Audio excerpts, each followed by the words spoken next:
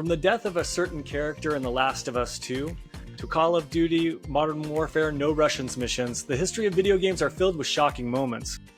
But sometimes the biggest surprises in video games aren't the ones we hear about online or talk with our friends. Sometimes the biggest surprises are the ones you discover yourself. So team, what are two of your most mind-blowing moments in video games? Let's start with you, Lord. Yeah. All right. So take yourself back to 2002, and young Matt was just on his PlayStation 2, and he just got the first PlayStation 2 Ethernet adapter, and he was plugging it in. And then I played the first multiplayer game on the PlayStation, which was Tribes Aerial Assault, which is very Halo-esque. And at that time, I was just like, you cannot play multiplayer games on a console. And so when this was happening, I had like my DSL, like high speed internet, like went like, fancy. I don't even know. Just, so I know.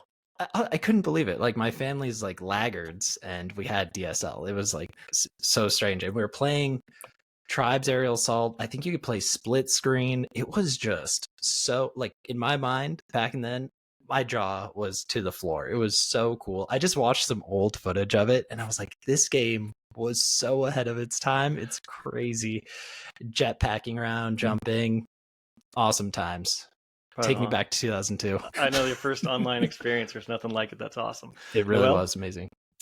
I mean, I hate to bring it up again. Baldur's Gate 3. There's a fight. You go to hell and you fight this guy that you've been talking, this like demon, and you know, normal video games, right? There's like music in the background, whatever. But you start fighting this demon, and then suddenly he starts singing, and it was like surround sound singing as you're like fighting this guy, and it was very, I don't know, it was one of the first times I was like, whoa, I have been like, you know, you're in the game usually, and it really sort of like brought me into the present. It was really cool. I think it's a really incredible part of the game with his weird ass song that I then like played for everybody I would see. I'd be like, hey, guys, can you listen to this? Like, this is what happened while I was playing this video game. Can you just hear this song? And then way back in the day, I mean, I think like if I talk about like games I can remember really blowing my mind, like the very first, the very first, what's the very impressive game that you play? You drive a car and you shoot people, and it was on PlayStation 1, and it's the most famous game. Twisted Grand Metal? Theft Auto? Then Grand Theft Auto, thank you. I couldn't think of the name. Grand Theft Auto, I remember playing that at first. I grew up with an N64, and so I was playing those kinds of games, and then I convinced my dad at Fry's to buy me a PlayStation 1 and the game at Costco. And I remember being like, there's a radio in this car and I can change the stations. Like, it wasn't even about the game storyline. It was like, there's a hospital, like I can have the police chase after me. Like, just having so much choice in a game, I think was really mind-blowing as a kid. Yeah, that's so awesome. Good. Eric, what's yours?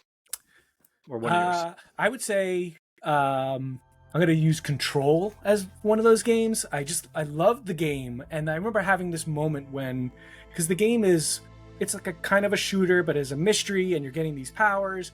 And there's a moment where everything just kind of clicks around the ashtray maze portion when the walls are sliding and there's infinite doors. And it's like this really like visually impressive arrangement and levels, and then you're killing and shooting enemies, and the music kicks in, and it's that old gods of Asgard, you know, that band, and it's like, take control, and it's like, it just all clicked. I was like, I am taking control, and I was like shooting everything, and I'm flying through the things, and the walls are bleeding, and I'm like, this is the greatest game of all time. I just love that. That was like a recent note. And then on a kind of a smaller note, to go back to like when Xbox, I was really excited about kind of like new Xbox games, was when Carrion came out. That was the game where you were like a creature, you were like a monster, and the game opens with like you coming out of like a test tube, and the goal, it's like a reverse monster game where you're running around eating people, like you kind of are climbing around this the area. And I remember that moment of like, this game is kind of cool, but when you break through a door and there's a guy, he's like, help me, and you grab him and you chew him up into pieces and you get stronger from that. I'm like, this might be the game for me. I mean, I'm just like, this is just fantastic. And I wish we had more of that coming to Game Pass. I need more games like those types of experiences. It was definitely unique, that's for sure. I have to Dan? say, for my first one, it was no surprise, it's Bioshock. But don't think it's the twist everyone is thinking of in Bioshock. I love Would You Kindly, that's amazing, and everyone did talk about that one. So I kind of knew going in, but also I wasn't a big first-person shooter at this time, but I had a 360 and everybody was into it. And I didn't like the first person perspective. I was very much like, it has to be, third person. But then there was this game, Bioshock. The music was beautiful. It was gothic. Yeah, it was first person, but it wasn't like a shooter. Don't get me wrong. I love a Call of Duty shooter, and I'm probably playing Halo this weekend. But this one was something different I had never seen before. And it was, it was storytelling, and it was atmospheric, and it was like unbelievable. So I jumped in the game, and then the first thing I shocked me was you can harvest little girls to level up. Let me repeat that one. You could, and my mind literally was blown. I was like, oh my God, if I harvest her, I get more of this atom, but if I save her, I get less. But what you don't know is you get a bonus and a better ending, that sort of thing later. So it's like this whole morality thing, which other games have done, but that just blew my line. That was a living human girl. That was crazy. And then the second part of that is playing the game, you are always running from these big daddies, and they are the biggest bosses, and essentially, I mean, there are other bosses, but they're essentially these main creatures that are in the game that you're always trying to take down as best you can. And then towards the end, you start gathering pieces, and you eventually, the whole game turns, and you become the big daddy, and you have to take these little girls through the world. And I was just like, that was the greatest game ever. And that was even before I got to the twist with the Would You Kindly part. My mind probably caved in about 3 times in that game, and I absolutely adore it. I just played it this past year because it's on when it was on Game Pass, or I picked it up really cheap, but it still holds up. Fantastic game. Lord, what was your number 2? Yeah, my number 2 is I have to say it, like, I feel like the Guitar Hero craze had an impact on me. For sure. I was at the time I was working at GameStop, and we had a demo of it, and I was like, what is that? Like, I gotta play this game. And I remember just I had just shifts where I was like playing Guitar Hero, and it inspired me to learn the guitar in real life. But during that, you'd be playing Journey on it was just, and that stuff. It's too bad Guitar Hero just was the quickest video game fad of all time, but it was such a cool little blip in the video game very fun industry. It really was cool. And then you had GarageBand, which was the whole Band, yeah. set. And then but just my honorable mention is Max Payne Bullet Time. Oh, that yeah, was just that was definitely a mind blower. Yeah, I think my last one is Red Dead Redemption. That game, I know I've talked endlessly about how I don't care for Red Dead Redemption 2, but Red Dead Redemption 1 You was get out of such here. art. Yeah, what's going on? Why did we come on? But let me explain real quickly why Red Dead Redemption 1 was so superior and such art. First off, the whole story, starting from top to tail, about John Marston and his, the gang he used to run with, and him seeking redemption and coming to this town, going to be with his wife, being a good man, to raise his son, to stand by his wife, to live on a farm. And yet then law enforcement and everybody gets involved, and they go and they make him hunt down his old associates, because of course he's got the connections, he's going to know where they are. And they tell him, if you do this, then you will be free. And so he starts to do this. So immediately, I think the story is just incredible. And the ending is incredible.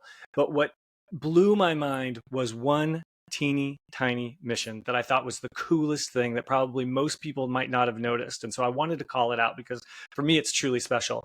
At the end of the game, after you've done everything, you go back to this ranch. And yes, Rockstar are famous for their epilogues, but this one was truly superior to anything they've ever done before.